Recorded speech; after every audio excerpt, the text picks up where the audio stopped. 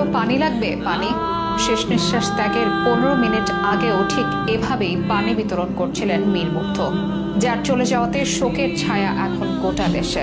Social মিডিয়াতেও তাকে ঘিরে আলোচনা। তার জন্য নেটিজেনদের হাহাকার। গত 18 জুলাই প্রাণ হারানো মুগ্ধকে নিয়ে মুগ্ধতার যেন শেষ নেই, যেমন শেষ নেই আফসোসেরও। ছিলেন দারুণ মেধাবী এক ছাত্র, সাথে টপ লেভেলের ফ্রিল্যান্সার। এখনো অনেক অর্ডার পেন্ডিং তার ফ্রিল্যান্সিং অ্যাকাউন্টে।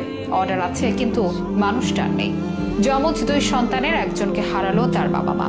এই হাহাকার শুধু তার পরিবারের নয়, এই হাহাকার পুরো বাংলাদেশের। ভালো খেলোয়াড়, গায়ক, সংগঠক হিসেবে গত 4 বছর ধরে মুগ্ধতা ছড়িয়েছেন খুলনা বিশ্ববিদ্যালয়ের ক্যাম্পাসে। গণিতে স্নাতক শেষ করে গত মার্চে ঢাকায় আসেন। এমবিএতে ভর্তি হন বাংলাদেশ ইউনিভার্সিটি অফ প্রফেশনালসে তথা বিউপিতে। বেঁচে থাকলে সে হয়তো দেশের জন্য আরো অনেক কিছুই করতে পারত, কিন্তু সেগুলো এখন সবই অতীত। এই মানুষটি বিদায় নিয়েছে সবার হৃদয় নাড়িয়ে দিয়ে। মীর মুগ্ধকে নিয়ে আরো জানাবো বিশেষ এই প্রতিবেদনে।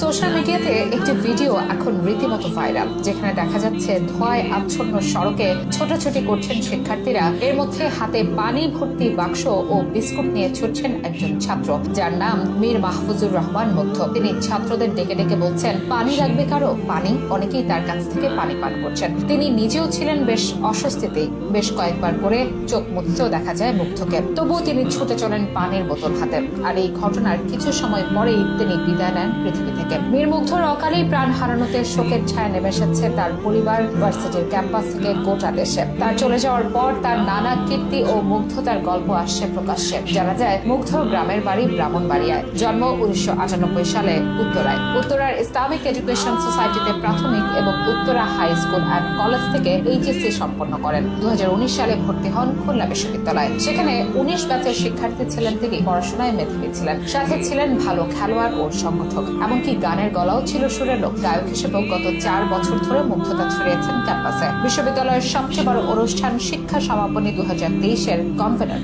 ছিলেন। স্কাউট গ্রুপের ইউনিট লিডার। শ্রেষ্ঠ সংগঠক হিসেবে বাংলাদেশ স্কাউটস থেকে ন্যাশনাল সার্ভিস অ্যাওয়ার্ড পেয়েছিলেন। গণিতে স্নাতক শেষ করে গত মার্চেই ঢাকায় আসেন। এমবিএতে ভর্তি হন বাংলাদেশ ইউনিভার্সিটি অফ প্রফেশনালস তথা বিউপিতে। এসবের পাশাপাশি ফ্রিল্যান্সার হিসেবে তিনি ছিলেন সফল একজন ব্যক্তি। অনেক কাজ করেছেন অনলাইনে, মুগ্ধ করেছেন বিদেশি বায়ারদের, হয়েছেন লেভেল 2 ফ্রিল্যান্সার।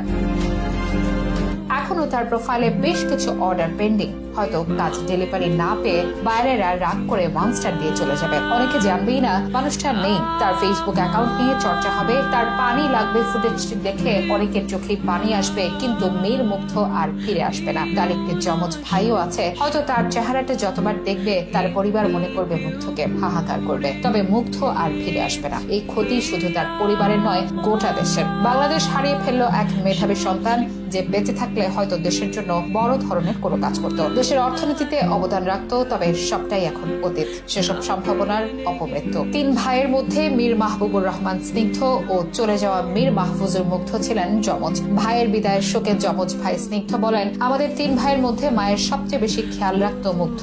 সব সময় মাকে দেখে শুনে রাখত, ফ্রিল্যান্সিং করে নিজের খরচ চালাতো। মা এখনো কাঁদছেন, বাবা চুপচাপ হয়ে গেছেন। শুধু তারা 2 ভাই বা তাদের বাবা মা নয়, গোটা বাংলাদেশে যেন চুপ হয়ে আছে মুগ্ধর বিদায়।